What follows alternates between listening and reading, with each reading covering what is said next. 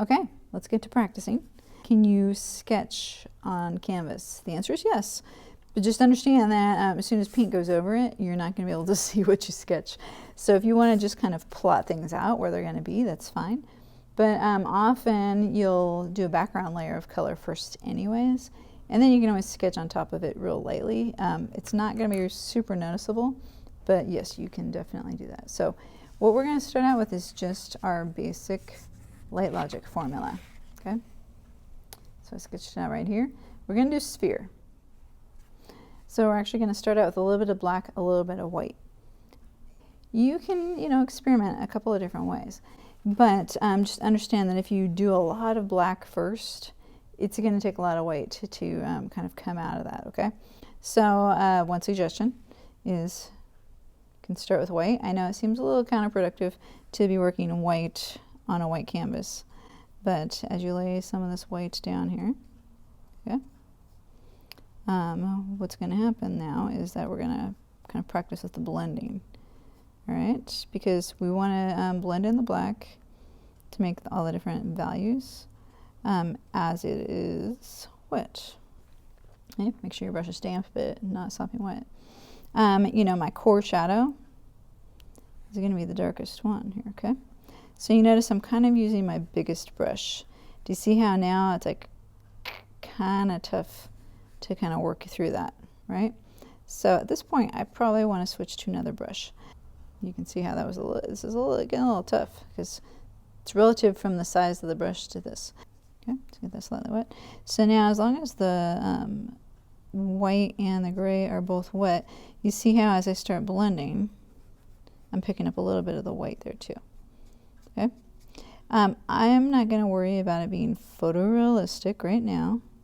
I'm not going to worry about the fact that it's picked up a little bit of gray in my core shadow because I can go back over with more, okay? But what you got to realize is if I keep going here, there's a good amount of black on my brush now, okay? So I either need to pick up a little bit more white, or what I do a lot of times is have, if I'm just using, you can kind of see my workspace. If this is just kind of a piece of cardboard or something, I can kind of get rid of some of that paint. And I can see that's how dark it is. Is that the right value for this? Maybe, maybe not. So this might be a time that I can make a gray. So this is what I'm talking about. See how dark that got just from a touch of white and a touch of black. So already that little bit of black is going to go a long way. Okay? So if I want to pre-mix over here on my palette, I can do this. And then I can kind of come in here and start blending.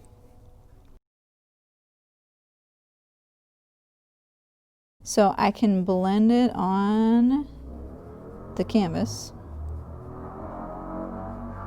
Okay. I can pre-mix it on the palette. You're going to develop your own style, but somewhere in the middle is usually where people land.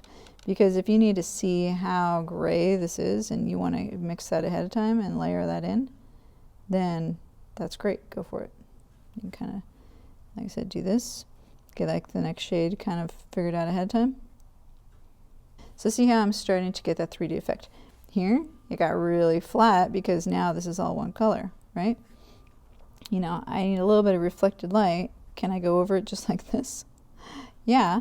If it's wet, remember, the more that I blend it, the more they're going to kind of come together.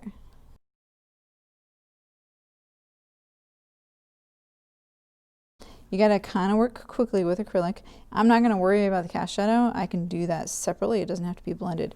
But right now, I need to continue blending this, kind of shape it, okay?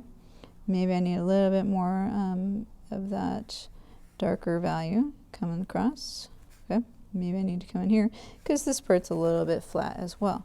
So I need to develop a few more range values.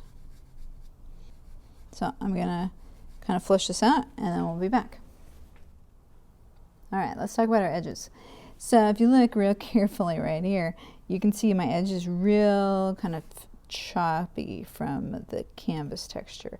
Part of that is that a lot of times I would have painted a background and I'd be painted on a layer of acrylic.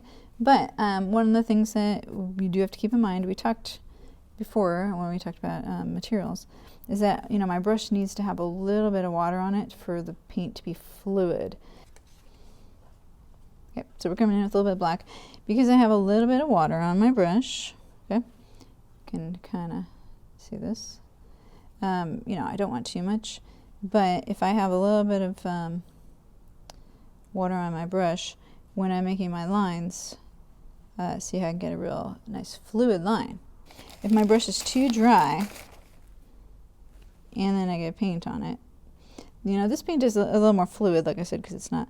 But as I kind of come through here, I'm going to get a little bit more of a texture. Okay? As I kind of try to work with that. So a little bit of water, like we said, is going to be a little more fluid for you. Okay, so then as I come here, and then if I'm trying to fix that edge, this is just black instead of a little bit, so it's going to, this. But as I come through here, I can start telling, like, see how it kind of starts dragging a little bit? It's not real fluid. So then I gotta get just the right amount, okay? So you're gonna have a little bit of trial and error. That's why I usually have like a cardboard, you know, or construction paper or something next to me that I can test things out on. Because I need to be able to get like a nice fluid line. Okay? Instead of the scratchy one.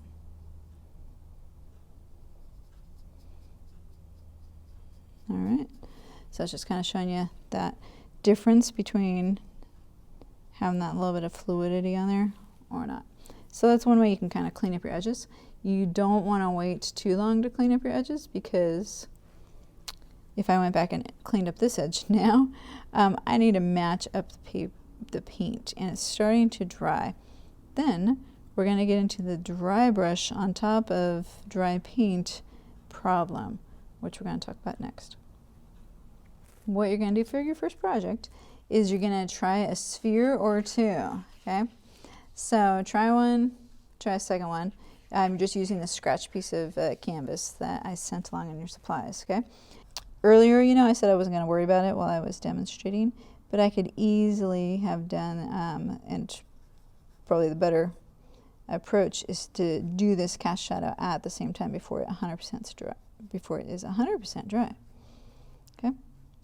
And part of the reason for me to come back here is to show you what happens as we kind of start doing this. So, as I'm doing the shadow, now I can come back and match the shadow up. This isn't 100% dry, so it still is going to blend, okay? Because I didn't wait that long to come back to it, okay? But you see how, what's going on right here, as I'm trying to blend, because this is mostly dry, right? When I touch this, nothing's coming off. See that? I am getting that, you know, drag against it, okay? So, you know, I can come back and add on top. We talked about how you can add layers, right? But as soon as I start doing this, then I'm getting into more of a dry brush effect. And when I start doing more of a dry brush effect, this is going to sit separately from the bottom layer. I can't really integrate these two and make a soft blend, okay? If I would want to keep going through that, I need to now add some white. I need to like get a little bit more of that gray. So you can kind of see coming back to it afterwards. If it's something that I want to integrate and do together, it's going to be a little hard, okay? From farther away, it looks fine, right? For the project, it'll be fine. But these are just things to notice and to practice as you're going along. You got to kind of get the feel for acrylic. So you're just going to use white and black, so you can just really focus on values and blending and not get distracted by color. And feel free to try different techniques out. So if you want to try and see, you know, what happens if you come back with a little bit of white in here, okay? Pure white, it's not blended at all. So now the white is sitting on top. And now we're really getting into a mess. Okay? So now you can really see the white sitting on top of the gray. Beware of white, especially with that dry brush. Okay? Now you can really see it. See how the white is just kind of sitting on top versus over here where I did it together, it's a little more integrated in. Okay? So your project, you're going to do a couple of spheres. Do at least 2. Have as many as you want on the paper, but see about this big. Remember how I got paint that was about the size of the opening? That's my white, that's my black. That's how much I still have, and I've pretty much completed one. Okay, so plan out a time where you can do this.